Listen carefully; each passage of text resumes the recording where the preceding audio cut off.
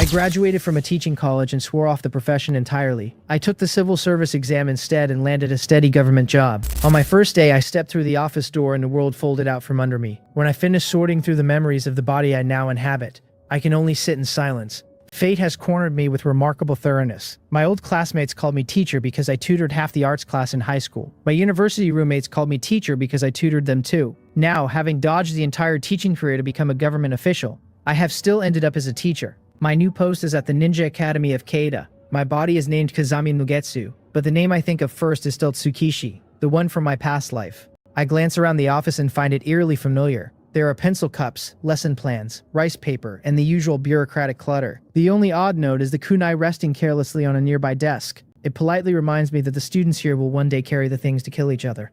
The worst part is not the transmigration itself. My new body is an orphan raised by Shadow Branch since childhood. This teaching post was given to me by Ganzo so I could observe the students and sniff out geniuses. The so-called pot shogun has his hand around my throat from day one. While I am still untangling how to survive in a place this lethal, a flat mechanical voice stirs in my head.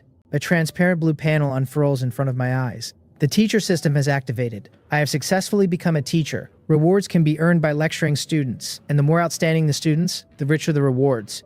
I can also take on outstanding students as disciples for one-on-one instruction. The teacher receives rewards as the disciple grows in strength. One small caveat: apprenticeship requires mutual recognition and cannot be imposed one-sidedly. I open the personal template and read my stats. Kazami Mugetsu, age 18, 4,300 chakra. My skills include the 3-body technique, fire release great fireball technique, fire release phoenix sage fire technique, flash step technique, and Kaida style taijutsu. The evaluation calls me an elite among chunin but merely high quality cannon fodder in war. That last line stabs at me, so I close the template. The master disciple menu is still blank. I need disciples badly, and soon. When the school bell rings, I remember I am teaching first period and tuck my papers under my arm. I have somehow been handed a freshman homeroom despite being brand new. The class list reads like a cheat sheet.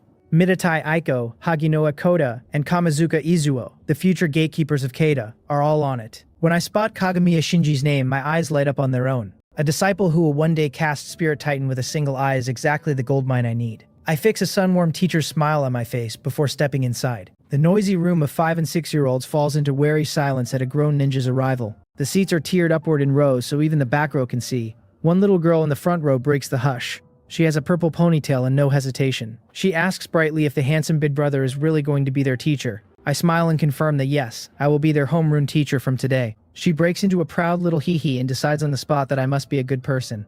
The other children relax at that. I chalk my full name on the board, introduce myself as Kazami Mugetsu, and say I look forward to working with them. Aiko responds first and leads the class into a wave of introductions. Shinji politely joins in. I quietly ping the system, hoping that having a classroom full of children call me teacher will be enough to register Shinji as a disciple. It stays stubbornly silent. So much for exploiting the bug. I swallow my disappointment and press on. I ask the class who knows how Kaida came to be. The room fills with the uncomfortable silence of children who do not want to be wrong.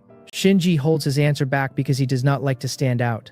Finally, Aiko thinks for a moment and says that people built it. I tell her she is not wrong, just incomplete, and slide from her answer into the War in States period. I describe how children as young as them used to be handed weapons. I describe how the Shojin and Kagamiya finally stepped forward and founded Kaida together so the next generation would not have to fight. I close with the old line about leaves dancing and fire's shadow illuminating the village. I speak with deliberate solemnity about the ancestors' selfless devotion and frame it as the will of flame. The kids' eyes go wide with inspiration. Shinji in particular notices something. A quiet, thoughtful flicker crosses his face. He is a Kagamiya, and he did not miss that I gave his clan equal billing with the Shojin. I drift from there into a question about chakra natures. A bright student answers 5. I gently correct him with 7, adding yin and yang to the 5 basic transformations. That wrong then right rhythm drives the point into memory better than a simple recital ever could. 4 periods slide by almost before anyone notices. When I announce that tomorrow we will talk about refining chakra, the class is stunned that the day is already over.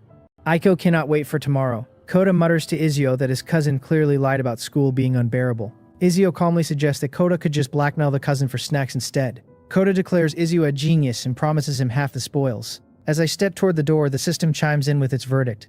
Lecture complete, evaluation A. It praises me for using ancestor stories to awaken the student's sense of responsibility, with high student satisfaction. Rewards are being calculated. Shinji, watching, quietly stands and follows me out. 3 rewards land in quick succession. I gain Perception Ninjutsu, Appraisal Technique, and Fire Release Chakra Nature Transformation Mastery. The last one floods my head with the memories of an old ninja who spent a whole career chasing fire. They are so vivid I half feel like him. Shinji catches me before I can sit down. He asks respectfully if he can have a moment. I lead him to the empty back of the teaching building and sweep the area with my new Perception Ninjutsu. Only after confirming no strong chakra signatures are nearby do I turn and ask if something from class confused him. He shakes his head and asks the question he has clearly been carrying. If the Shojin and Kagamiya jointly founded Kaida, why do people only remember the Shojin?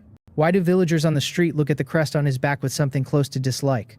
I think privately that comparing Hashiro's reputation with Moreo's is its own answer. I cannot say that aloud. I ask if he has only read the Kagamiya's side of the history. He nods. I sigh that it is a long story, not suited to a quick hallway conversation. Just as he starts to politely withdraw, I add that if he has time after school, he can come find me and I will tell him the history properly. After all, I say I owe his clan a debt of gratitude. His eyes widen. I explain that my parents were saved in a war by a ninja named Kagami Akaichi. They eventually died in a later war, but I have never forgotten the kindness. Shinji's face blooms with astonishment. Kaichi was his grandfather. He is not the type to demand payment of a favor, but he thanks me quietly and accepts the invitation. Before he leaves, I run appraisal on him. Kagamiya Shinji, 500 chakra, potential SS mast, Sage Path bloodline, suited to fire release in Genjutsu. Discipleship recommended. I walk back to the office reflecting that a 6-year-old with 2 sparkling S's really is a walking goldmine. When I open my own panel again, the evaluation has shifted. I am proficient in fire release nature transformation and would be an elite among Jonin if I could fix my chakra shortfall. Mastery is stronger than I assumed. It is not just Jonin level fire knowledge but something close to the 3rd Shogun's command of the element. My delight at the jump is quickly undercut. I remember the Shadow Branch curse mark on my tongue, and Ganzo's fondness for throwing his subordinates into their graves. I tell myself I need disciples fast. Enough disciples and enough feedback to reach a level where, if I cannot simply kill Ganzo and walk away, I can at least keep myself alive. In the office I find 3 other teachers complaining about their students, 2 men and 1 woman. I run appraisal on each of them quietly. Aikia Yu, the homeroom teacher of Class 2, Grade 4, comes back as a Chunin cannon fodder with a C potential. The other 2 are much the same. Aikia Yu is griping that he has been saddled with Maeda Goro and Kagamiya Orito, 2 dead last students. His family has also booked him a blind date tomorrow afternoon, exactly when Class 2 Grade 4 needs him. Uda Aya, the friendly female teacher, says the blind date is more important. She suggests he find a substitute or simply take the day off. Before anyone else can answer, I offer that I have no class tomorrow afternoon and would be happy to cover for him. Inwardly, I am thrilled. This is a free chance to get eyes on Orito and Maeda Goro. Uda Aya notices me entering and asks how my first class went. She asks whether her little tip about silently chanting all our radishes and cabbages was useful. I tell her in mock seriousness that my students advised me afterward not to be picky eaters. She laughs and decides my first day must have gone very well indeed. Meanwhile, in the Shogun office, the 3rd Shogun is watching me in a crystal ball as I lecture about the Will of Flame. He strokes his goatee. He decides that this young Shadow Branch ninja is not so bad, someone with a proper understanding of what Kaida stands for. He has long known that Ganzo keeps ninja trained off Shadow Branch's official roster. He tolerates it so long as it does not become excessive. The Ninja Academy, though, is something he watches personally. The unexpected thing is that this particular Shadow Branch man spent his very first class on the Will of Flame, and on stirring responsibility in the children. He decides to watch my future performance. If I prove to be a talent, he will consider pulling me out of Shadow Branch himself. For now, he needs to weigh his old classmates' feelings before making any demands. He turns his Farside Jutsu off and returns to paperwork. He plans another quiet round of the village in the evening. After dinner, Shinji makes his way toward the sparsely built southeastern district where I live. He finds the simple single-story wooden house in its modest yard easily. As he steps through the gate, he comes upon a scene that stops him mid-breath. Back in my own courtyard, I have just finished checking in the bathroom mirror. The tongue-cutting seal is indeed inked on my tongue. It is a Shadow Branch member's mandatory accessory. It paralyzes the wearer if they speak certain forbidden things. Captured or defected Shadow Branch ninja cannot reveal secrets. The darker worry is that Ganzo may be able to trigger it actively. That would mean a fatal leash wrapped around my neck. I search my memory for any precedent in the original story for breaking the seal. There is only one consistent answer. It unwinds when Gonzo dies. But Gonzo is not a careless MOBA glass cannon. He hides in the Shadow Branch base. He guards his life obsessively. He may even have something like a revival coin on him. I weigh my current strength and set killing him aside for later. My real options are Oromaru, who cannot be approached yet, or independent research. Practically then, research. A spike of sense chakra tells me Shinji is approaching the yard. I step outside and wait. As he walks in, I snap off a full-strength fire release. Great fireball technique. It incinerates my training dummy and scorches a wide patch of ground. The fireball is 8 meters across. Shinji stops dead in astonishment. He has seen Kagamiya Jonin use that same C-rank ninjutsu. He knows the difference between what they produce and what I have just produced.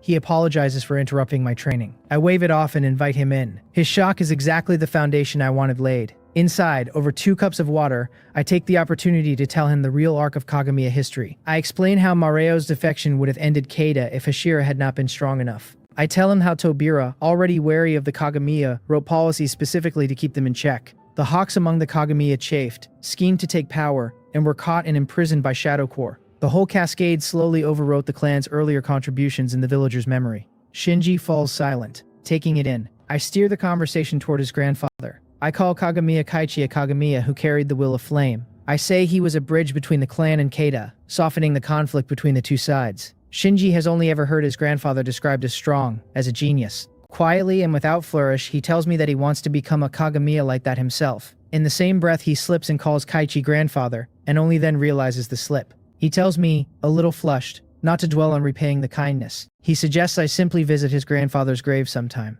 I use the opening.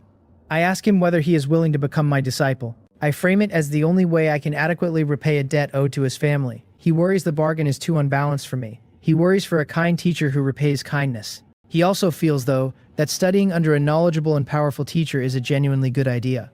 After a long moment, he nods and calls me Tsukishi-sensei. A system prompt asks if I want to establish a master-disciple relationship with Kagamiya Shinji. I say yes without hesitation. The notice that follows tells me the trust level begins at 2. I have unlocked disciple training feedback and disciple gifting return. The first means his growth feeds back into mine at a rate amplified by trust level. At level 2, a point of chakra for Shinji is 2 points for me. The second means daily gifts roll a random reward. Better rewards at higher trust. Once per day. I immediately hand him the Fire Release Nature Transformation training booklet I wrote up that afternoon. I tell him seriously that I will check his progress and will not relax my standards, just because this is a debt of gratitude. He bows in thanks and leaves, clutching the booklet. The system rings with a critical hit reward. Fire Release. Great Dragon Fire Technique. Proficient level. 1,000 hours of training memories slam into my head at once. It is a flexible B-rank fire technique. The hand seals can eventually be simplified to 1. Multiple dragons can be released at once. Looking at his retreating back, I stop seeing a boy and start seeing an inexhaustible mine that drops gold coins daily. I offer to walk him home, but he refuses politely. He says his uncle visits him often and he is used to being alone. I do not push. There will be many more chances to raise his trust from here. The next morning, Aikiyu is still spiraling over his blind date. I head into my own class. Koda and Izuo are brainstorming the latest iteration of Koda's cousin war. Izuo's new plan is to wreck the cousin's room under the guise of childish play, so the cousin gets scolded for not cleaning up. Koda declares that with Izuo at his side, he will be as invincible as Hashira with Tobira.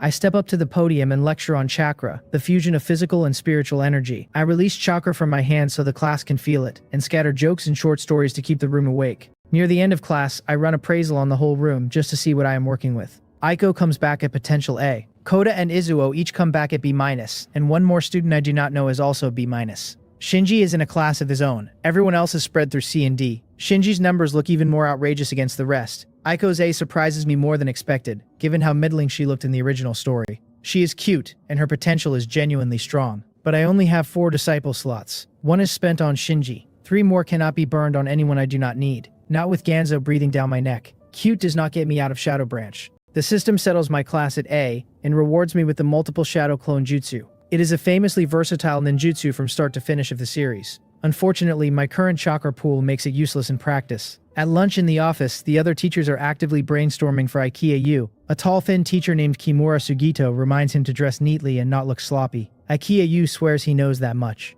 Uda Aya sighs that the real risk is that he will brag through the entire conversation. Aikiyu swells up and tells her to just wait and see. She notices me entering and compliments my class 1 grade 1. She says the atmosphere felt good when she glanced in. I thank her with the modesty she expects and credit her useful tips and well-behaved students. She smiles and shares some snacks with me. That stings Aikiyu. He has eaten almost none of her snacks in 2 years as her colleague. After a few minutes of chat, I take out brush and ink and spend the rest of lunch practicing calligraphy. I picked it up in college in my past life and kept it as one of my few good habits. When the afternoon bell nears, I gather my things and walk to class 2, grade 4. When I enter, a student points out that the substitution was supposed to be Ikea-sensei's history class. I have just finished explaining when Orito bursts in panting, hands on knees. He apologizes that he was late because he had been helping an old woman on the road. I nod him into his seat and sweep appraisal over the room. Nono Ren returns at 300 chakra and B+ potential. Maeda Goro returns at 600 chakra, S potential suited for taijutsu, discipleship recommended. Kagamiya Orito returns at 650 chakra, S potential, with a Sage Path bloodline space-time talent, and a discipleship recommendation. The rest of the class scales about the same as mine. Kagamiya Takito is at A level. The others are mostly C and D. I teach in the same warm story-threaded style as before. Orito, used to droning textbook readings, blurts that I teach much better than his other teachers. He adds that if I taught him all the time, he would surely pass. I smile and tell him I will be forced to mention his lateness to Ikea-sensei. He panics into polite begging, which gets the class laughing. At the long break, I use perception ninjutsu to sweep the grounds for prying chakra signatures. There are none. I call Maeda, Goro, and Orito out into the corridor.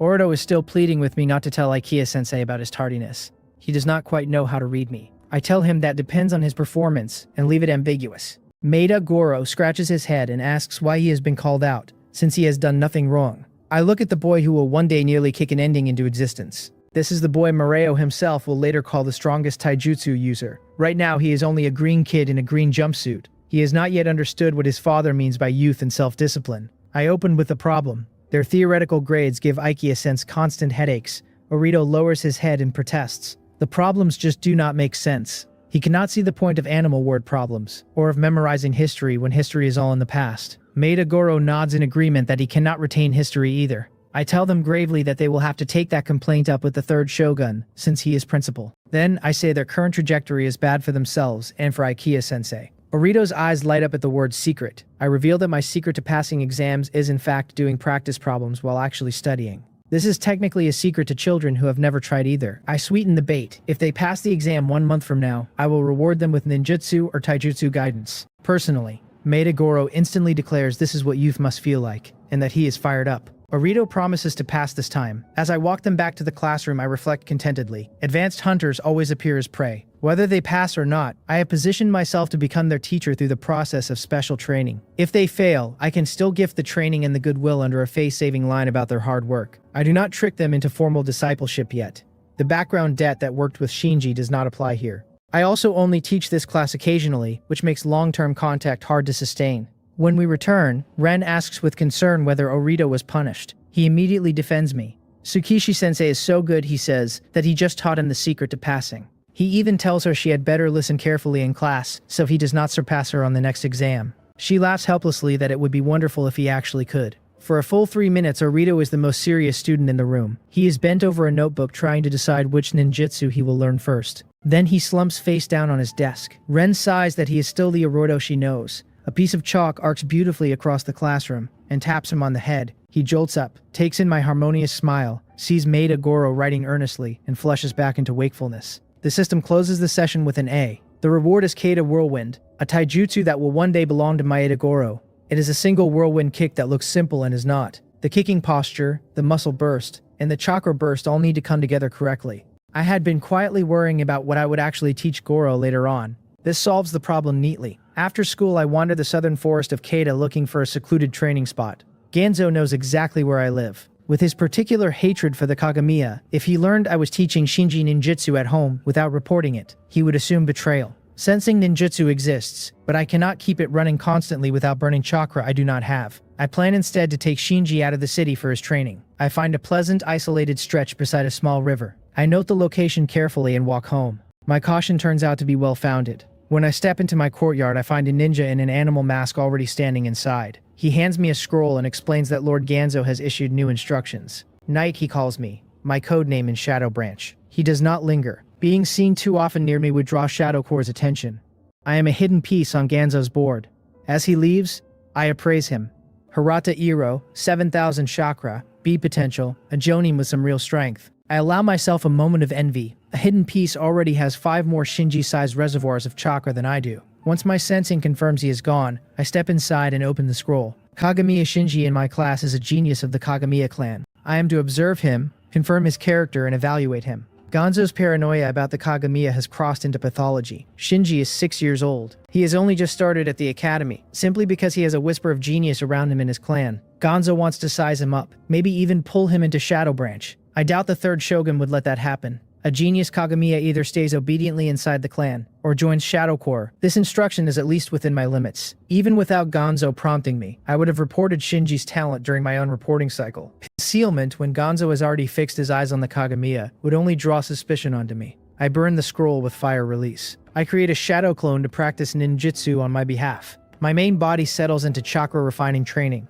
No matter how many techniques I hoard, without chakra behind them, the ceiling stays low. Chakra sets both the ceiling and the floor of a ninja's strength. The next morning, I have no classes. I slip into the Academy's archives and pull the 4th grade exam papers from recent years. While I am there, I grab the 1st grade papers too. My goals are recruiting disciples and also delivering honestly on my promise to raise their scores. Studying the years side by side, I find exactly what I hoped. The question banks recycle heavily. The wording shifts and the numbers rotate, and whole questions repeat verbatim in some years. I will not even need to push Goro and Arito into rigorous drilling. 2 years of past papers should be enough to pass them. I gather a stack and walk into the office, straight into an ongoing argument between Ikea Yu and Ueda Aya about the blind date. Ikea Yu insists she listened to him the whole time, so she is clearly interested. She offered to split the bill, so she is already thinking of him. Ueda Aya keeps volleying back cruelly plausible alternatives. She did not want to talk, so she was glad he did all the talking. She split the bill so she would not have to let him use the next time is on me line to book a second date.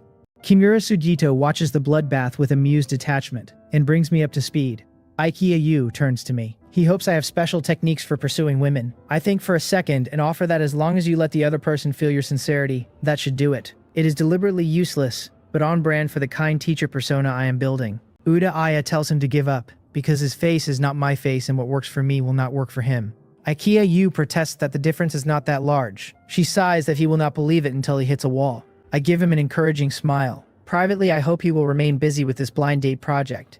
Every time he is busy, I get to substitute teach in Class 2, Grade 4. During the afternoon class, I run a small experiment. I deliberately drop my lecture quality a notch. My earlier analysis of the system suggests that evaluation splits across content quality and student satisfaction. The first A rewarded me with an extra first-time bonus, so I suspect the first B should do the same. The lecture closes at B as planned. I receive 20 chakra. Then, because it is my first B, I also receive proficient chakra form transformation. It is a whole new branch of chakra manipulation, on par with nature transformation. It has no attribute limits. It is the same family as Naruto's future Spiral Orb. Spiral Orb is the representative ninjutsu of form transformation. It does not even require nature transformation to be powerful. I can start developing it myself with what I remember from the original story. The 20 chakra per B gives me a reason to occasionally aim for B rank evaluations going forward. A single hit is small, but accumulation is the whole point. My days now stack neatly. Lectures during the day, Shinji in the evenings, cultivation and ninjutsu development at night, Goro and Ordo special training on weekends. I would be very pleased to live this rhythm for several years. Unfortunately, I have not transmigrated into a quiet era. On the 4th day of my life in this world, bad news comes back from the front lines. Frontline skirmishes have escalated into true conflict. Raigakure has deployed ninja into the land of geysers on the border of the land of flame. There are rumors the 8-tailed host has appeared. Hearing this, I know the 3rd Ninja World War is close, or has already begun in quiet. As a Shadow Branch ninja, my original body knew more than ordinary ninja. Since Silverfang's suicide last year, the ninja world has been full of undercurrents. Raigakure, Ganseki, and Sabakuno are all stirring. Watching the series, I had assumed Silverfang was just another famous powerhouse. The original host's memories made me see him differently. He was famous for killing, for the sheer efficiency of killing. With a short chakra sword in hand, he became a mowing machine on any battlefield. Anyone weaker than him died instantly in a single flash of white light. It was not that he was the strongest in the world, it was that his style bullied the weak so perfectly that no one weaker could survive him. Now that Kaida has lost him, Raigakure and Ganseki in particular have decided they can make a run at the number 1 spot. They took few losses in the second war and feel strong enough to challenge it. Ueda Aya sighs that the Raigakure ninja cannot seem to sit still. Ikea Yu growls that if Silverfang were still alive, they would not dare. Kimura Sugito tries to lighten the mood. Kaida still has the 3rd shogun in Oromaru, he points out, and they will surely lead another victory. I ask the question I actually care about. If war breaks out, will Academy teachers receive combat missions? Ueda Aya answers that it depends on the intensity. If things get bad enough, teachers are assigned by specialty. I silently pray to whatever gods might be listening that I will either not be chosen or be chosen late. The 3rd Ninja World War is exceptionally fierce. Kaida fights against all 4 great villages at once. Beyond that, Moreo and Black Wraith are quietly pulling strings behind the scenes. I am not afraid of the battlefield. I am afraid of being marched onto it before I am ready. Kimura Sugito insists Kaida is number 1 and would never need to send Academy teachers into battle. I smile and say I was only asking so I could be prepared. I certainly cannot say out loud that I would rather not go at all. I practice calligraphy until the bell and walk into class 1, grade 1. The shadow of war has not yet reached the children. The room is bright and noisy. 2 days have passed since Koda tried Izuo's room-wrecking plan. He grimly reports that his cousin retaliated with the exact same method. They scolded and hit each other back and forth. Finally, they had to declare a truce and label the whole idea a forbidden ninjutsu. Izuo laments that the cousin is truly cunning and says he has no more ideas. Koda offers to return the favor. He asks Izuo about his own troubles. Izuo admits, a little shyly, that he likes a neighbor girl but does not know how to get close to her. Koda's suggestion is to give her something she likes. Izuo recalls that she often looks at his family's flower garden when she passes. He notes her family does not grow any. He concludes she must love flowers. Koda declares the gift confidently. Flowers. I cough twice and call class. The room quiets. I deliver my lecture with the warmth the class has come to expect in only 4 days. The system closes with an A. The reward is water release. Water formation wall. It is a B-rank water release that raises a wall of water. Tober's version famously drew a circle of water around himself for full 360 protection. As the knowledge unpacks in my mind, I realize with pleasant surprise that the system has quietly handed me water release chakra nature transformation as well. Without it, I could not use water release at all. I give the thoughtful system a silent thumbs up. After school, I take Shinji to the river spot I scouted. I outline our training plan and tell him today I will teach him a new fire release. I clap my hands once and spit out 3 giant fire dragons. They circle in the sky before plunging into the river, hissing up clouds of white steam. Shinji recognizes the technique instantly as Great Dragon Fire. He has seen a Kagamiya Jonin use it. That only makes him more astonished. I release 3 dragons from a single hand seal. I watch his curiosity sharpen and tell him to watch again, this time slow and deliberate. The next day I continue the lesson. I break down the mechanic in plain terms. The difficulty of the ninjutsu is compressing a very large amount of chakra into the shape of a dragon instantaneously. With my proficient chakra nature transformation operations at the same time, Shinji nods. He flies through the hand signs, compresses and shapes his chakra, and opens his mouth. A 1-meter fire dragon shoots into the sky, spins, and dives into the water. I clap and tell him truthfully that I expected several tries. I underestimated his talent. He humbly credits my teaching rather than his own gift. He also volunteers that he did not need Crimson Mirror Eye to copy it. He cannot yet call it mastered, only usable. I demonstrate several more times at full mastery for him to study. The sun slips away almost without our noticing. As he packs up to go home, he wonders, half seriously, whether my gentle voice is some kind of ninjutsu that makes people lose track of time.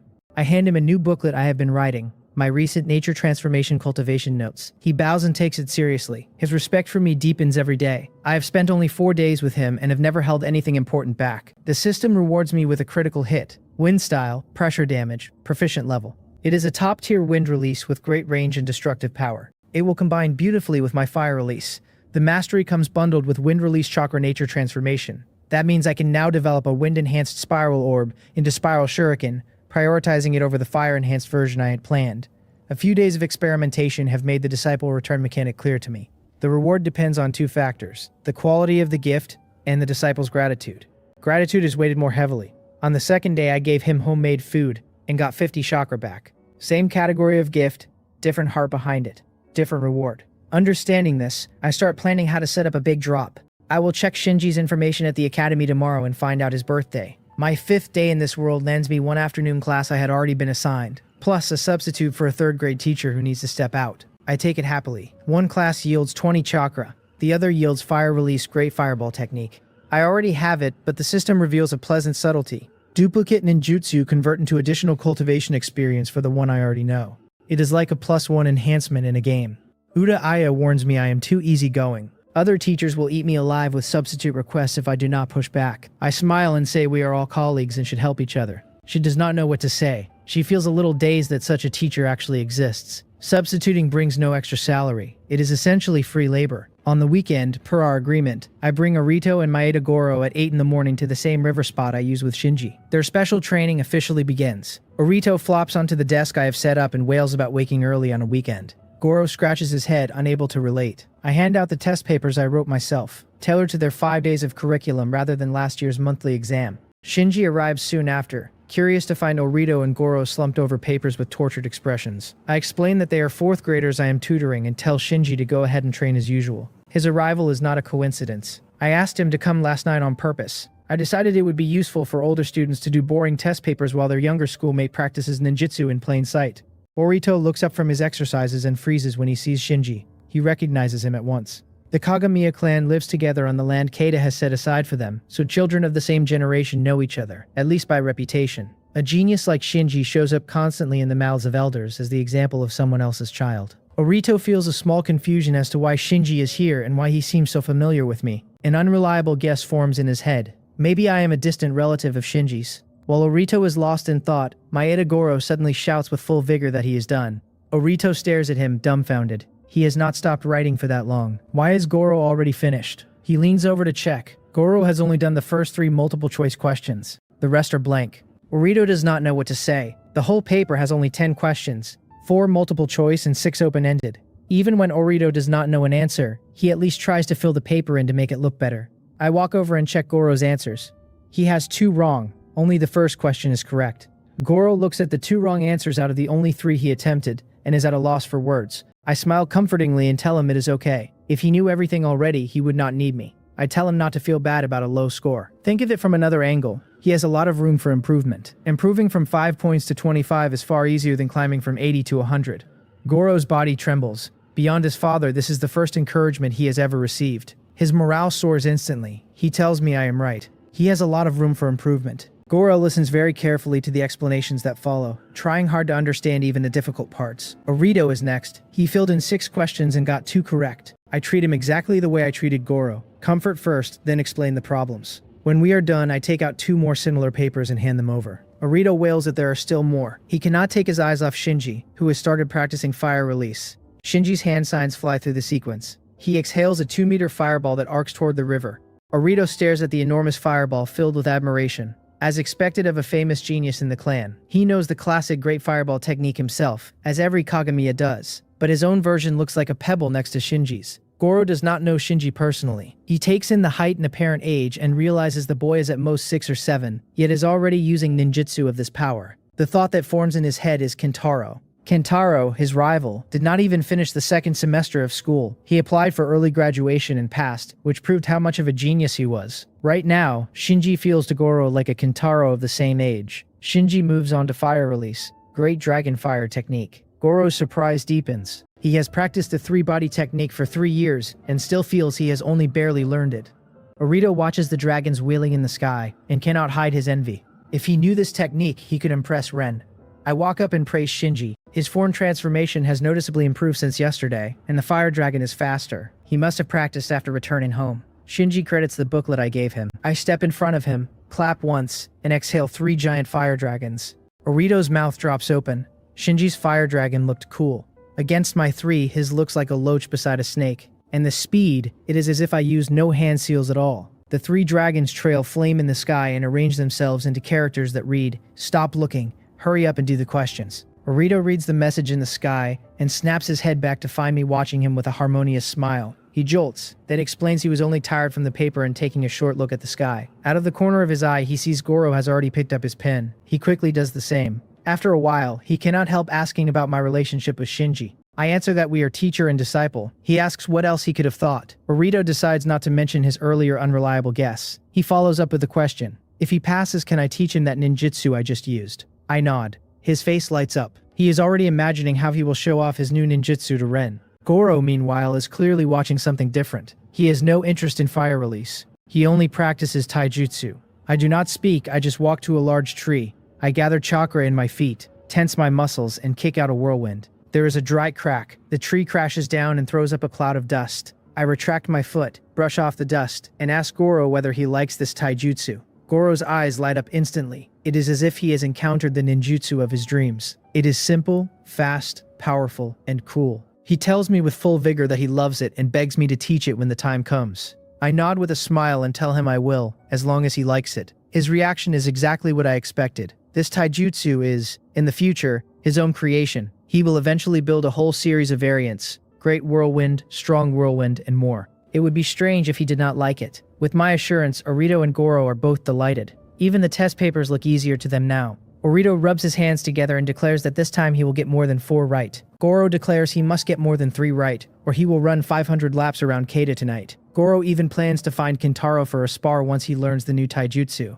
The burst of enthusiasm fades almost as fast as it came. A few problems in, Orito learns a hard truth. He could unleash a larger fireball than usual if pushed to his limit. He could throw 5 shuriken into a bullseye in one go. On test questions though, being desperate does nothing. He props his head on one hand and twirls his pen. Even the leaves swaying in the wind look like they are mocking him. He glances at Goro. They have been classmates for 3 years and share Kentaro as a common friend, but they have never actually hung out. Their relationship is ordinary. Not strangers, but not friends either. When Orito thinks of Goro, his first reaction has always been dead last. Orito considers himself only weak in certain subjects. His ninjutsu and shuriken throwing are decent. His theory is the real problem. It only looks worse because other Kagamiya are too outstanding. Goro, though, is a recognized dead last in everything, theory and ninjutsu alike.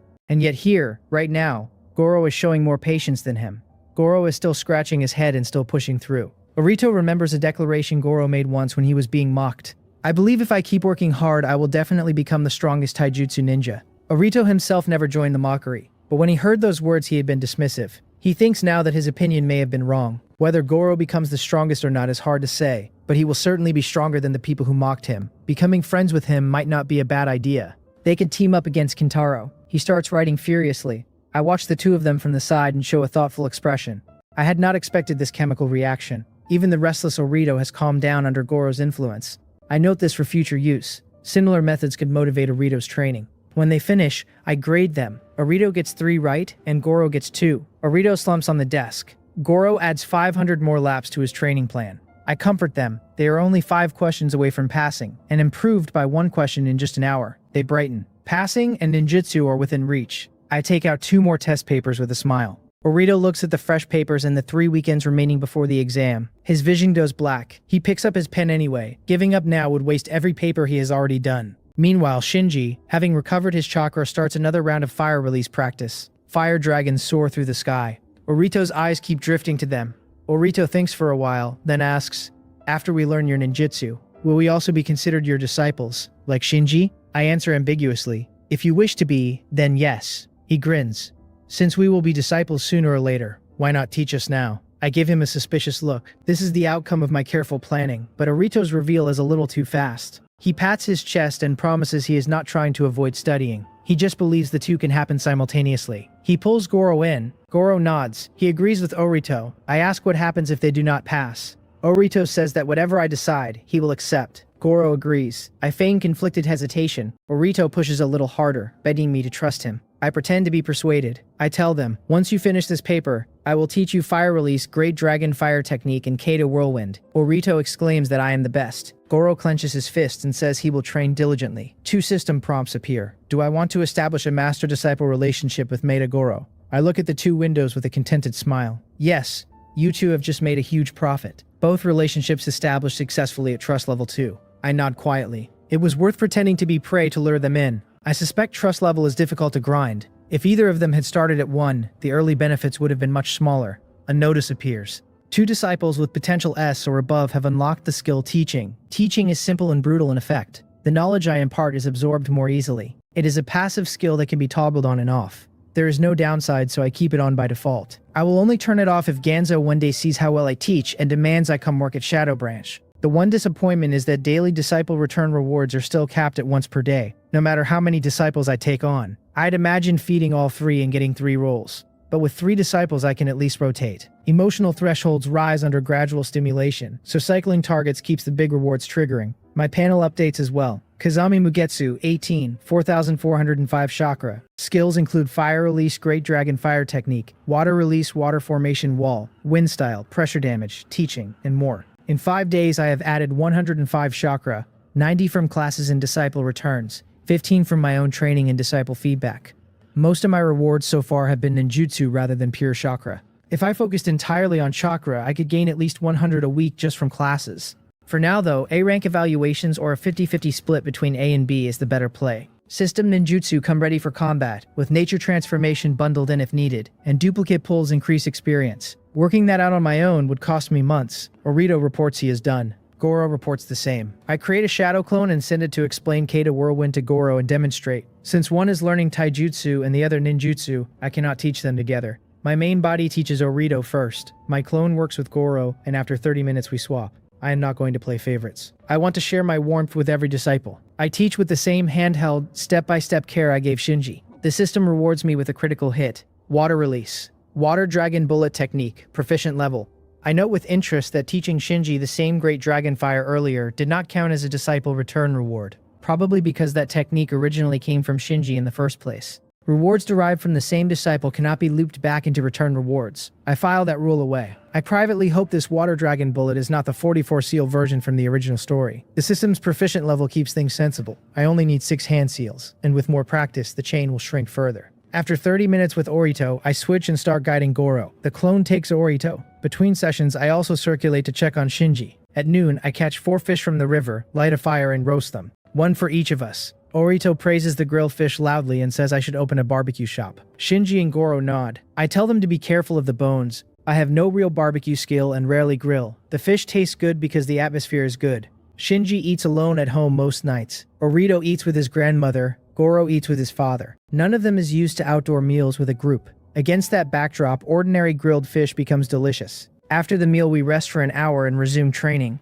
Orito looks at the chubby little Charmander he has just released and declares proudly that the ninjutsu is not that hard. This has gone more smoothly than his old great fireball training. Just then, Shinji exhales his own Charmander at the same time. Shinji's little fire dragon is ferocious, fanged, and imposing. Orito silently steers his Charmander to hide behind his back. Goro wipes sweat from his brow and happens to glance over. He walks up and comforts Orito, telling him the Charmander is small and cute and will grow strong one day. Orito takes the comfort and somehow feels a strange grievance. Grievance turns out to be fuel. He drops his plan to rest and hurls himself back into practicing great dragon fire. Goro, not to be outdone, rests briefly and resumes as well. From the side, I almost cannot hold back a laugh. Those two together are genuinely something else. We train until dinner. I send each of them home and confirm tomorrow's training. Sunday goes the same way. The disciple return yields 50 chakra. A new week begins. In the morning, Koda finishes washing and eats breakfast in a rush. His mother asks, puzzled, why he is in such a hurry today. To go to school early and study, he says, without looking back. It is a perfunctory lie. Koda does not dislike school, but not every teacher is as lively as me. The real reason he is so eager is his friend Izuo, and whether Izuo has taken the first step in his romance. He gave Izuo the flower idea on Thursday.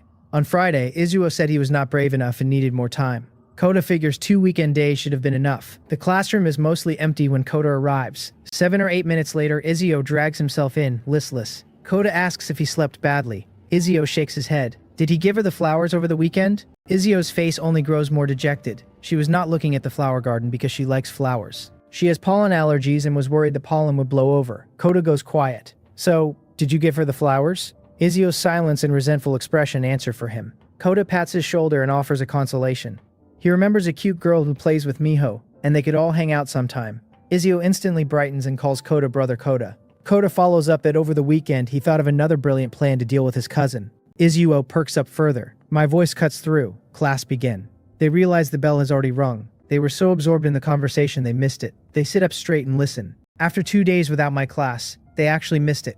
I do not disappoint. The lesson is relaxed and enjoyable, and a lot of knowledge slips into their minds imperceptibly. The system closes at A. The reward is water release. Water severing wave. My eyes light up. This is no ordinary ninjutsu. It is a water release developed by the second shogun. It ejects a super high-pressure linear water jet with astonishing power, strong enough to sever the roots of the world tree. My mood is excellent. Then another good thing happens almost immediately. In the office, Ikea walks over and hopefully asks if I can substitute for him again. He has a ninjutsu class for class 2 grade 4 this afternoon. I maintain my persona and ask with concern whether he is feeling unwell. He is fine. It is about the blind date. He has made plans to go shopping with her this afternoon. Ueda Aya grumbles at him about picking a day with a class. He says she told him she was only free this afternoon. He adds that he would never willingly trouble me. I am too kind and he feels bad when I take a loss. Ueda Aya stops arguing. She genuinely believes this blind date will not end well. If the girl were truly interested, she would not keep making Ikea trouble his colleagues. I smile and wish him good luck and tell him it is good to be busy, because I get more rewards. He thanks me and promises to treat me to the most expensive restaurant in Kaida if things work out. Then he dashes off to go home and change. Ueda Aya sighs that if I keep this up, people will always ask me to substitute. I smile that it is a joy to help others and that colleagues should help each other. She lets it go. She watches me practice calligraphy in earnest silence and quietly reflects how vast the gap between people can be. When it is about time, I tidy my desk and head to class 2, grade 4. The bell rings just as I reach the door. I explain to the class that Ikea-sensei has an engagement, and I will be substituting for the afternoon ninjutsu class. Everyone is present except Orito. About 3 minutes in, he rushes through the door, sees me at the podium, and goes dumbfounded. He ran too hard. He cannot quite believe I am teaching his class. For a moment, he thinks he walked into the wrong classroom. Then he recognizes his classmates and realizes he did not. He tries to explain that he did not mean to be late. He ran into a grandma and wasted time helping her. Someone in the class finishes, and the room bursts into laughter. Orito insists it is the truth and swears that if he had known I was teaching, he would have arrived half an hour early. He is terrified I will think he is not studying hard and stop teaching him. I tell him to return to his seat. I acknowledge the explanation, then add that he should not be late for Ikea-sensei's class either. Ninjutsu classes at the Academy start from 1st grade, but only cover 3 ninjutsu: transformation, clone, and substitution. Spending years on 3 ninjutsu may seem wasteful, but geniuses like Shinji are rare. For the vast majority of ninja who only aim to become chunin, mastering those 3 is not easy, and there are other courses to juggle. The students have taken the 3-body technique class many times, but my ninjutsu lesson still makes their eyes light up. One student realizes at last why his clones never looked like him. Another jokes that he hopes Ikea-sensei has more engagements in the future. The class agrees loudly. I keep my own opinion to myself and silently thank the teaching skill. The system closes at A. Reward: lightning release, lightning clone, lightning release nature transformation, and a pile of lightning clone experience unpack in my mind. It is not a top-tier ninjutsu, but unlocking another chakra nature is good enough, especially after the morning's reward. For the next half-month, I settle into a rhythm. If no one asks me to substitute, I research ninjutsu theory in the office. If someone asks, I accept without hesitation. At home, I teach Shinji and Naruto, then train my chakra. Perhaps because the quality of my substitute teaching is so high, students I have taught all want me back. Combined with my good rapport among the teachers, I quickly become a well-known teacher at the academy. The students call me perfect, interesting in class, gentle with people, and handsome. The teachers think I am sincere and kind. I have built the persona I wanted. My only real concern as I walk into my own yard one evening is figuring out why yet another masked ninja is standing inside it. The masked ninja is Hirata Iro again. He tells me I have completed my mission well. Lord Ganzo has asked him to give me these. He hands me 2 scrolls. I take them and nod calmly, saying nothing. Shadow Branch Ninja do not need much conversation. He also says nothing more. Once the handoff is done, he vanishes quickly to keep my identity safe. I sense his chakra drift away, then retreat to my room and open the 2 scrolls. One scroll contains a fire release ninjutsu, Great Dragon Fire technique. The other is Ganzo's written affirmation of my work and his latest instructions. Ganzo says I have fully used my initiative to integrate quickly into the Academy's decision-making. He rewards me with a powerful fire release ninjutsu. He tells me not to grow complacent and to keep building momentum. He wants me to observe Kagamiya Shinji closely and to keep an eye on other Kagamiya students as well. At the end, he dangles a grand vision. If I keep this up, he will help me get promoted to Special Jonin and take an important position at the Academy. I let flames light in my palm and burn both scrolls to ash. Special Jonin, an important position. Hehe. If my original body were still the one inhabiting me, Ganzo's carrot and promise combination would have been genuinely motivating. But the fire release reward is Great Dragon Fire, which I already have. I do not actually want the Special Jonin promotion. Nothing Ganzo has offered means anything to me. I just want to laugh. I plan to set my main body to training and let my shadow clone read. Then I realize I have already burned through every ninjutsu book in the house. I decide to visit Kaida's library and borrow more. The library is large and well stocked, including ninjutsu scrolls. It was established during the Second Shogun's era. It only carries D rank and C rank ordinary ninjutsu. Forbidden or high-level ones will never appear on its shelves, and even the ordinary ones cost a fair bit to borrow. None of that matters to me. I am not going for ninjutsu. I want information on sealing technique and restrictive cursed seals. Lectures teach me ninjutsu faster than practice ever could. For the tongue-cutting seal, I need real research. The walk to the library is the first time my main body has come out to stroll since transmigrating. I have spent over half a month hiding behind a shadow clone even for groceries. My situation has always felt too fragile. After accumulating a few more ninjutsu and a little more chakra, I finally feel safer. Safe enough to believe I would not die to a random AoE. At the library, I hand my ninja notebook to the ninja on duty. It has my basic information and ninja ID. The library is only open to ninja. The duty ninja checks it, finds no issue, and waves me in. Just as I am about to look for material, I run into a familiar figure, a man with golden hair and a gentle smile. Naminoya Minoru notices my gaze and looks back at me. We nod to each other. I enter as he exits. I appraise him. Name Naminoya Minoru, 40,000 chakra, potential S. Evaluation, killing Jonin is like slaughtering a chicken. One more look and you will explode. I keep my face still on the surface, but inside I am stunned. 40,000 chakra is the first 5-digit number I have ever seen. It is the equivalent of 86-year-old Shinji's. The evaluation is also terrifying, killing Jonin as if it were nothing. At this time, Minoru does not yet have the title, Golden Streak. In the public eye, he is just a capable jonin. His master Gajuro is more famous and is one of the popular Shogun candidates. Still, Minori's evaluation is accurate. With instant transmission mastered, killing ordinary jonin is genuinely not hard for him. A ninja that fast is overwhelming against weaker opponents. I privately regret that Minoru has no son in the academy yet. If he did, I could engineer a closer acquaintance. I would like to be friends with him. His sealing technique mastery is substantial, and I am quietly envious of it. Cursed seals are essentially a branch of sealing. With a sealing master as my advisor, breaking the tongue-cutting seal would be much easier. Karain, as a tailed host, is too sensitive to approach. I do not want to draw trouble onto myself. I take 2 books related to sealing technique and 3 unrelated books. Register and pay, and leave. In the southern Mirror Forest, I am training my disciples for the upcoming exam. I remind Orito and Goro that they have not forgotten what they promised. They must pass tomorrow's theoretical exam. Orito declares confidently that if he fails, I can punish him however I want. They have spent most of their time practicing ninjutsu and only occasionally discussing theory. On their most recent past paper run, Orito scored 30. By his math, that is already several points above passing. The academy passes at half the class average. The average usually sits just over 50. Goro shouts that if he does not pass, he will run 800 laps around Kaida. He also scored 30. Orito declares he will not only pass theory but take first place in the practical. Goro refuses to hand him first. I smile and say nothing.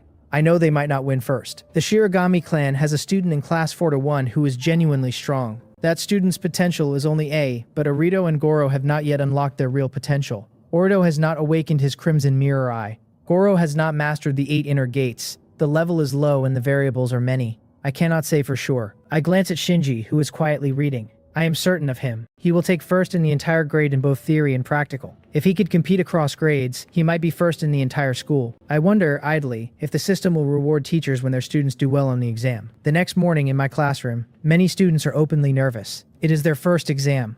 Aiko asks Koda and Izuo if they are nervous. Koda admits he is. Izuo too. Aiko says proudly that there is nothing to be nervous about and that she will ace it easily. Koda remembers scoring 80 on my practice test. Izuo scored 87. Both worry the real exam will be harder and they might only score 60 or 70. Aiko is stunned. On a last practice test, she only scored around 60. Koda adds a new rumor. If the class's grades are too bad, teachers can be swapped out and they might lose me. Aiko does not want me to leave. Other teachers can be swapped, but not Kazami-sensei. Izuo agrees. Only my lessons are interesting and easy to understand. Izuo suggests they tell the whole class the news to boost morale. Aiko stands on her seat and announces it. The room reacts immediately. Koda shouts that they should all work hard so they do not get stuck with a boring medical ninja next. Someone vows to look down on anyone who does not pass this time. Shinji ignores the commotion. He plans to secure the grade's first place and let the results speak for themselves. My voice cuts through. Everyone quiet down. The exam is almost here, and I only want them to do their best. I walk to the doorway unnoticed. I smile and tell them I believe they can achieve good grades. I do not linger. I have been assigned to proctor another class. Privately, I know the worry is unfounded. Teacher swaps are decided over a whole semester or year, and my practice test was harder than the real exam. I walk into class 2, grade 4, and announce the start of the exam. Proctoring is randomly assigned. Many students greet me. I nod and smile at each. This class has Orito and Goro, both my disciples. It is also one of the classes I most often cover, so everyone is familiar with me. Compared to Ikea Yu, they like me more than he does. Goro takes a deep breath like he is facing an enemy. Orito tells Ren to wait and see. This time he will change her perception of him. Ren encourages him sweetly, telling him to get the easy ones first and save the hard ones for last. Orito nods. Kimura Sugito joins me shortly after. We are proctoring the same room. When the bell rings, we distribute the papers together. Then we rotate through the aisles, occasionally perching at the podium. We chat quietly. Kimura Sugito sighs that IKEA U's bonus is probably in jeopardy, saddled with 2 dead last students. I smile and say, it is hard to say, maybe this semester they will study hard and pass. Kimura Sugito thinks I am too optimistic. 3 years without a single passing theory exam is no small pattern. I continue my rounds. Because of the exam, the whole academy is suspended for 3 days. First day theory, second and third days practical. 3 days with no lecture rewards, fewer ninjutsu practiced, less chakra refined. The disciple return system still works though. After the theory exam, I give Orito some shuriken and get a small burst. 50 chakra. Orito thanks me emotionally and swears he will use them to win first place. At training ground 16, I call roll before the practical exam. The academy cannot fit the whole school on one playground, so the practical is held at the training ground. After confirming attendance, Kimura Sugito and I announce the lot draw. The format is simple. Students draw a number by class roster. 1 fights, 2, 3 fights, 4, and so on. Orito draws 1 and runs excitedly to find Ren's number. She draws 10. Orito is in the first match. He says confidently that any match is fine because he will win. A month of my training has left him feeling transformed. He asks Goro's number. 40. They can only meet at the very end. Goro gives him a thumbs up and says not to lose before he gets there. Orito snaps back that he is a Kagamiya. A classmate next to them complains that 2 dead last students should not be talking about meeting at the top. I call the first match to order. Kagamiya Orito versus Kagamiya Tekito. Orito walks to the chalked out square. Kagamiya Tekito steps in from the other side. Both Kagamiya, both the same age, both classmates, and barely acquainted. No dramatic history. Neither has ever been interested in the other. Tekito thinks Oreo is a little foolish, weak, and often late. He has never seen a Kagamiya this underwhelming. Orito thinks Tekito seems cold and hard to get along with. The watchers mutter and chuckle. Losing to a clansmate will be embarrassing. Someone argues there is no suspense. Tekito has been class first in 2nd and 3rd grade, except for the 1st grade year when Kentaro beat him. Ren worries for Orito and only hopes he does not push himself too hard and get injured. Goro, arms crossed, smiles. He believes Orito can win. Class 2, Grade 4's commotion draws curious onlookers from other 4th grade classes, signaling intent to attack. After the fight, they will form the reconciliation seal to show they are still comrades. I call the match to begin. Tekito draws 3 shuriken and throws them at Orito's head, body, and feet, then rushes in. Orito throws 3 shuriken back. The 6 collide in midair with a crisp metallic ring and drop together. Kimura Sugito murmurs that the Kagamiya's shuriken throwing is indeed exceptional. Tekito closes and throws a right hook. Orito meets it fist to fist and they begin grappling. Dust rises. The onlookers are surprised. Orito is supposed to be the Kagamiya dead last, yet he is trading blows with Tekito. Ren opens her mouth slightly. She had always assumed his boasts were empty. She was wrong this time. Kimura Sugito shakes his head. Orito is still a bit lacking. I nod agreement. A single month is not enough to fix everything. Orito mainly trained fire release. His nature transformation improved greatly, but taijutsu did not. As Kimura Sugito said, Orito is slowly pushed back. A watcher breathes a sigh of relief that he guessed correctly. Orito finds an opening, kicks off Tekito's punch to create distance, and begins forming hand seals. He did not practice fire release for a month just to exchange fists. Fire release, great dragon fire technique. Orito completes the hand seals, gathers chakra into his mouth, and releases a ferocious fire dragon at Tekito. Tekito, already surprised by Orito's improvement in taijutsu, refuses to believe ninjutsu will be different. He decides to clash ninjutsu head-on. Fire release, great fireball technique. Tekito blows out a man-sized fireball. One side has a fanged fire dragon. The other has a blazing fireball. The 2 techniques are about to collide. The other students gasp enviously. Some of them have not even mastered the 3-body technique. Students from other classes abandon their belief that Orito is a dead last. An honor student is more accurate. Someone mutters that Tekito's fireball still looks larger and will win the clash. Kimura Sugito sighs approvingly that students from prominent clans are just different. He is already drafting a high grade for Orito. First round exit or not. Just as the 2 techniques are about to collide, the fire dragon suddenly rises. It avoids the fireball entirely and dives back toward Tekito. Orito moves in the same breath, dodging the fireball while controlling the dragon. Tekito did not expect this cheating play. A great fireball cannot turn. Seeing the dragon close in, Tekito tries to dodge and realizes he is too late. He braces for injury. I flash step to his side, lift him, and carry him out of the combat area before setting him down. He thanks me. Without my intervention, injury was unavoidable. I nod and announce the result. First match, Kagamiya Orito wins. Some of the watchers have not caught up yet. They were expecting a fire release clash, and instead got a sneaky redirect that ended the match instantly. Someone mutters that Orito is not to be underestimated. Tekito's man-sized fireball looked impressive but was hard to land. Orito's great dragon fire has a smaller attack range but is far more flexible and far easier to connect. Ren cheers for Orito, genuinely happy. Winning against Tekito, even with a weak theoretical score, means no one will call him dead last anymore. A ninja proves himself with strength. Orito hears her praise and breaks into a smug grin. Hee, I told you it would be fine. At that moment, Orito is enormously grateful to me. He knows this win exists because I teach him every day. His old self would have been crushed by Tekito's taijutsu phase alone. A system message pops for me. Disciple Kagamiya Orito's trust level has increased. Current trust level, 3. I glance at Orito, who is smiling at Ren. Apparently being a lovesick fool has its uses. Trust levels are hard to raise. A single level jump roughly doubles the feedback. The previous numbers have been small only because Shinji and the others are still early. Once they enter real growth, a higher trust level could mean tens of thousands of extra chakra a year. My quiet target was 1 trust level 3 per semester. Orito hitting 3 in a month is a bonus. The later matches are less tense. Most require no teacher intervention.